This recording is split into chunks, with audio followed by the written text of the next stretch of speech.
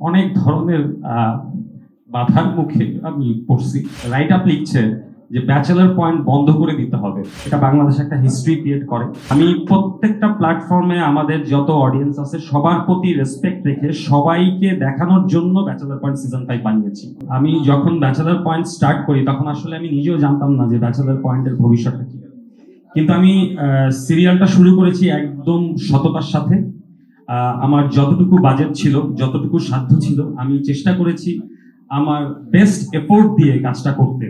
আমার কাছে সুযোগ ছিল, হয়তো তখন আমি বাজেটের কথা চিন্তা করে অনেক কিছু কম্প্রোমাইজ করতে পারতাম, কিন্তু যখন আমার যেটা করতে ইচ্ছা করতো আমি ব্যাচেলর পয়েন্টে সবসময় সেটাই করতাম। আমার সাথে শুরু থেকেই আমার এক্সিকিউটিভ প্রডিউসার তহিদ তালুকদারও আমার সাথে সবসময় ছিল, ওকে অনেক ধন্যবাদ। তো আমাকে সবসময় বলতো যে ভাই এটা করলে তো খরচ বেড়ে যাবে, এটা করা ঠিক হবে না, এটা না করি, ওইটা না করি। কিন্তু সবসময় আমি বলতাম যে আচ্ছা আমরা বাজেটের কথা চিন্তা না করি, আগে প্রজেক্টটা করি, তারপর দেখা যাবে কি হয়।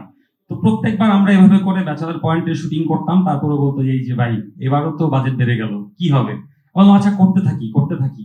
সেই করতে করতে আজকে আমরা সিজন 5 পর্যন্ত চলে আসলাম, দীর্ঘ 7টা বছর পাড়ি দিয়ে দিলাম। ব্যাচেলর পয়েন্ট নিয়ে অ্যাকচুয়ালি অনেক ধরনের বাধার মুখে আমি পড়ছি। সবসময় মনে হয়েছে যে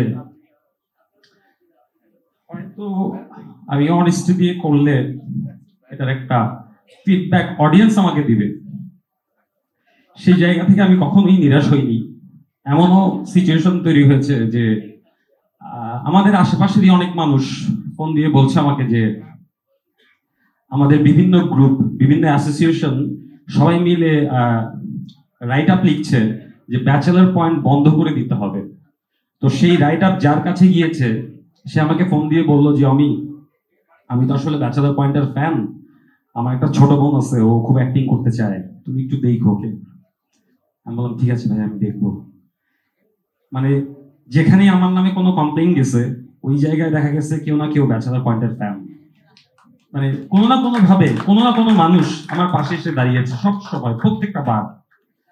সিজন 1 যখন আমরা করি তখন সিজন 1 অফ হয়ে যায়, তারপর আমার পাশে আবার কেউ না কেউ এসে দাঁড়ায়।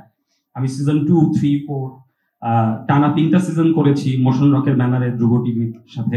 ধ্রুবদাকে অসংখ্য ধন্যবাদ, আমার পাশে এসে ওই সময় দাঁড়িয়েছে। গত 2 বছর যাবত ওটিটি প্রজেক্ট করছিলাম। সো আমি ওটিটি প্রজেক্ট করতে গিয়ে আমার এক ধরনের সিনেম্যাটিক এক্সপিরিয়েন্স হয়, যেটার জন্য আসলে সবচেয়ে বড় অবদান হচ্ছে মঞ্জু ভাইয়ের। সে আমাকে প্রতিনিয়ত সিনেমার দিকে ঠেলে দিচ্ছিল, এবং আমি যত বেশি সিনেম্যাটিক এক্সপিরিয়েন্সে কাজ করা শুরু করলাম তখন আমার মনে হচ্ছিল যে আমি তাহলে ব্যাচেলর পয়েন্ট কিভাবে বানাবো। ব্যাচেলর পয়েন্ট যদি আমি সিনেমার মতো করে বানাতে যাই সেক্ষেত্রে এটা তো আসলে অনেক বড় হয়ে যাবে, অনেক বড় বাজেটে চলে যাবে, এতগুলো এপিসোড আমি কিভাবে বানাবো। তো সেই কিভাবে বানাবো করতে করতে আমার আসলে 2.5 বছর চলে যায়। তারপর দেখলাম যে আমার আসলে এটা তো বানাইতে হবে, অডিয়েন্স তো চাচ্ছে ব্যাচেলর পয়েন্ট সিজন 5। তখন মুশফিকুর রহমান মঞ্জু ভাই আবারও আমার পাশে এসে দাঁড়ায় যে এবার ব্যাচেলর পয়েন্ট কি আমরা সিনেম্যাটিক এক্সপিরিয়েন্স দিব অডিয়েন্সকে, ব্যাচেলর পয়েন্ট কি আমরা সিনেমার মতো করে বানাবো, তুমি যেভাবে স্বপ্ন দেখতেছো ঠিক সেভাবেই আমরা বানাবো। সো তখন আমি সাহস পাই।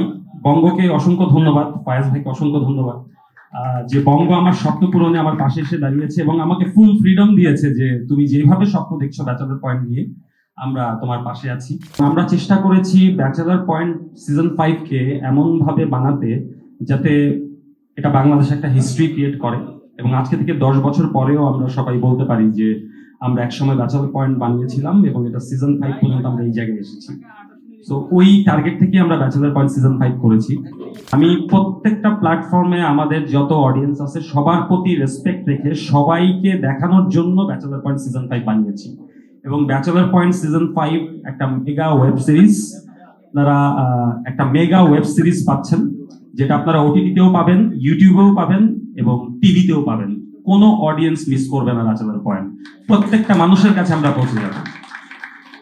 সো সিজন 5 এ সবাই আমাদের পাশে থাকবেন এই কামনা থাকলো, এবং ব্যাচেলর পয়েন্ট হয়তো আরো অনেক দূর যাবে আপনাদের ভালোবাসা পেলে, এখানেই শেষ নয়, আরো অনেক দূর যাব আমরা ইনশাআল্লাহ। থ্যাংক ইউ সো মাচ সবাইকে এই যাত্রায় পাশে থাকার জন্য।